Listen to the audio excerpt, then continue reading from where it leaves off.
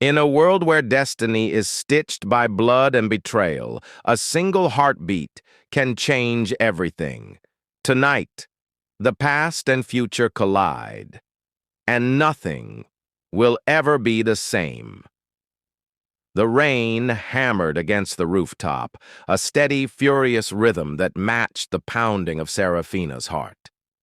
She had never meant to stay this long. She had never meant to feel anything at all. Yet here she was, standing in the grand hall of the Stormvale estate, face to face with the man she had spent her whole life avoiding, Gideon Stormvale, the Alpha King. Even now, drenched and shivering, Serafina could see the raw power coiled beneath his tailored clothes, the danger glinting in his silver eyes. "You shouldn't have come back," he said, voice low and rough. Serafina lifted her chin, forcing herself to meet his gaze. "I had no choice." Gideon's eyes narrowed, scanning her, and then, lower, to where she instinctively wrapped her arms around her midsection. Understanding dawned, sharp and brutal. "You're carrying my heir," he said. Not a question, a fact. Serafina flinched but held her ground. "It's not what you think," she said. Thunder rumbled outside. The storm inside the mansion mirrored the one raging within Serafina's chest. "I trusted you," Gideon said, stepping closer. Each step he took felt like gravity pulling her under. "You left," Serafina whispered, hurt bleeding into her words. "You chose your crown over me." His face twisted with something she couldn't name. Regret, maybe, or rage. "You don't understand," he said. "My choices were never mine to begin with." Serafina shook her head, backing away until her spine hit the cold stone wall. "I'm not here to fight about the past," she said, voice shaking. "I came because they're coming." Gideon stilled. "Who?" "The rogues. The ones who want your throne. They know about the child." The silence that followed was deafening. Gideon's jaw tightened, the muscles ticking in warning. "You should have told me," he said, voice barely controlled. "I couldn't," Serafina said. "I didn't know who I could trust." Pain flickered across Gideon's features, quickly masked by cold authority. "You can trust me," he said, "whether you want to or not." Serafina closed her eyes, letting the weight of it all crash over her. She had no allies, no safe haven, except maybe the very man she feared would break her heart all over again. When she opened her eyes, Gideon was closer, one hand hovering as if he wanted to touch her, but didn't dare. "Stay," he said simply. It wasn't a demand. It was something far more dangerous. It was a plea. And Serafina, against all reason, found herself nodding. Outside, the storm raged on, but inside the Stormvale estate, a far greater tempest was just beginning. Sometimes destiny doesn't knock. It storms into your life, tearing down everything you thought you knew. Tonight, Serafina would learn that some bonds are written not in ink, but in blood. Serafina's heart hammered in her chest as Gideon stepped forward, the low growl vibrating from his throat, sending chills down her spine. But there was no threat in his approach, only something raw, ancient, and binding. "You are not defective," he said, voice roughened by emotion. "You were never broken." Serafina stared at him, mistrust clouding her every thought. She had spent her entire life hearing the opposite. How could she believe otherwise now? Gideon knelt before her, shocking her still. "My wolf recognizes you," he said quietly. "You are mine." The words stole the breath from her lungs. "No," she whispered, stumbling back. "I belong to no one." Gideon's lips curled into something like admiration. Not even me, but these children, our children, bind us in ways you cannot yet understand. Before she could reply, pain lanced through her abdomen. Sharp. Burning.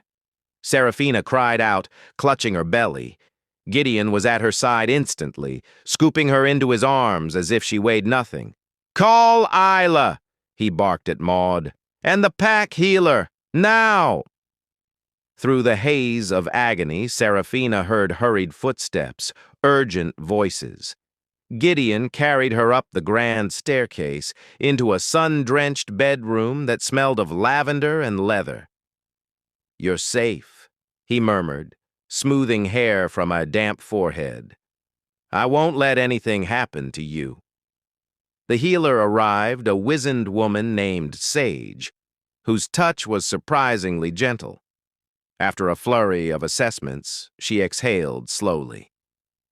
"The twins are strong," she said, "but they're demanding more from her than a human body was ever meant to give." Gideon's jaw tightened.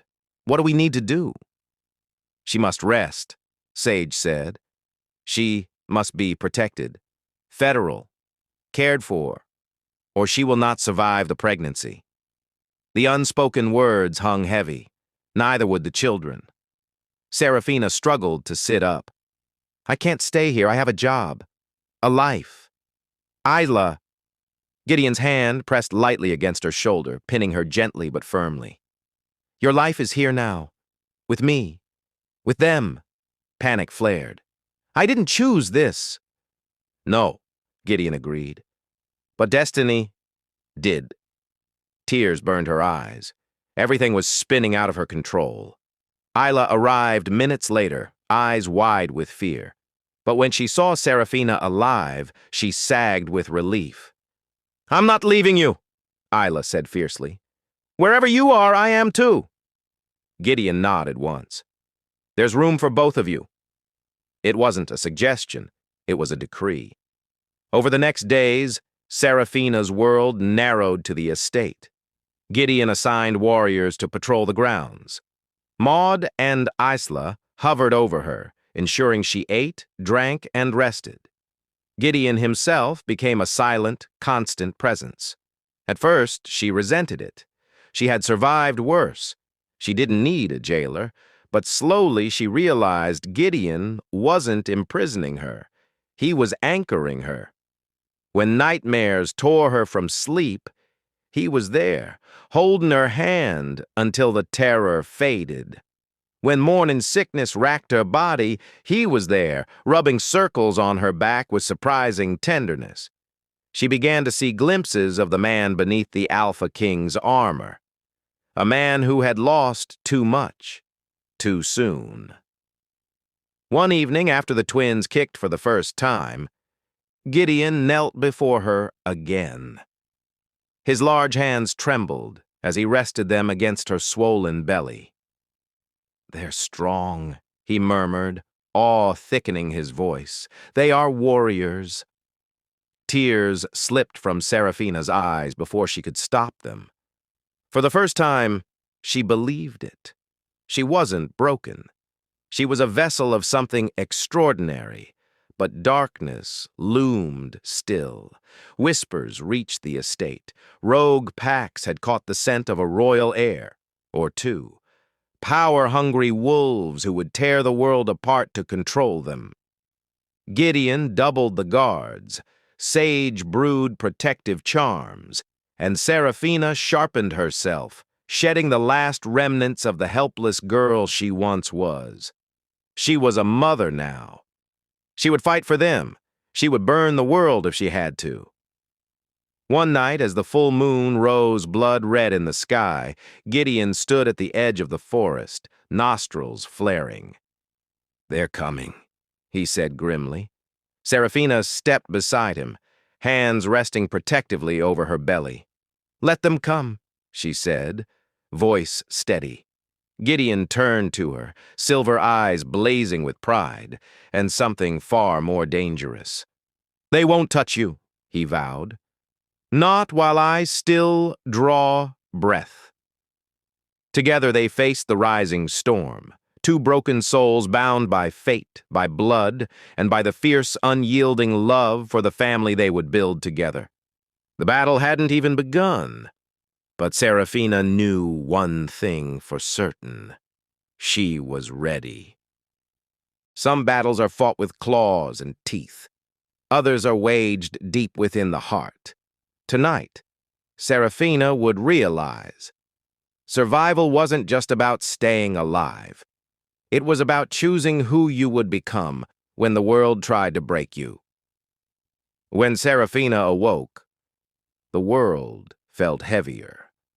Not just because of the twins growing inside her, but because the very foundation of her life had shifted overnight. She was no longer invisible. She was now the center of a brewing storm.